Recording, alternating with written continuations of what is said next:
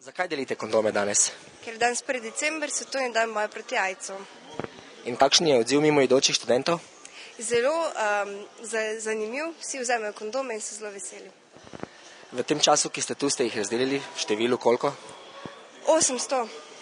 100 jih je še, no. Imeli smo jih 900 za EPF. In kako dolgo že stojite tu? Od 8 zjutraj. Zakaj ste vzeli kondom? A kondom je to not? Ja. Se ga povrnem. Jaz ga že imam, jaz sem svojega že vzel. Zanima me, zakaj ste ga vi vzeli? Zakaj sem ga vzela? Ker nisem razmišljala, kaj so mi dali v roko. Mislila sem, da je nekaj drugega, kaj bolj uporabnega, ampak bomo že to uporabili. Pa veste, zakaj danes delijo kondome? Ja, vem. Zakaj pa? Seveda, vse to vsak ve.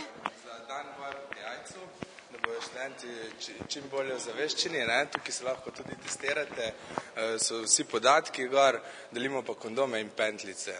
Super, hvala. Znate. Okay. Zdaj pa že mene nekaj zanima. Samo toliko na kratko mi povejte, zakaj ste vzeli? Zakaj sem vzela? Ker rabim, ne? Mislim, zaradi tega, ker se je dobro zaščititi, no? Mislim, sigurno, ne? Pa se strinjate, da bi bilo potrebno več takih akcij, kot je ta? Ja, je sigurno, vse samo, v bistvu je samo dobro delo to, ne? Nič slabega.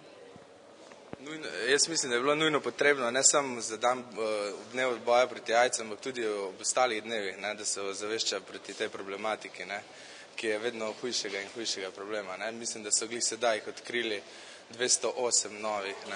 Tako da mislim, da ne samo dnevu boja proti AIDS-u, tudi ob ostalih dnevih bi bilo treba če dalje bolj ozaveščati ljudi o tej problematiki.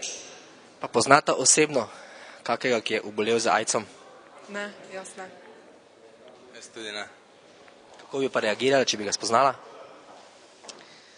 To je zdaj težko govoriti o tem, ne, lahko vsi govorimo, ja, da pač bi se še vedno z njim družili, kot da ne bi imel te bolezni, ampak vsak reagira drugače, ne, eni se pač umaknejo, jaz zdaj za sebe bi rekla, da se ne bi umaknila, ne, bi pa verjetno vseeno bila mogoče ob določenih situacijah bolj pazljiva, ne.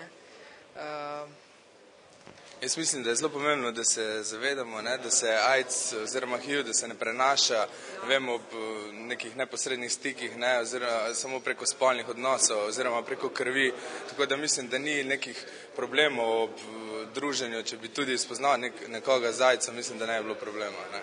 To je zelo pomembno vedeti.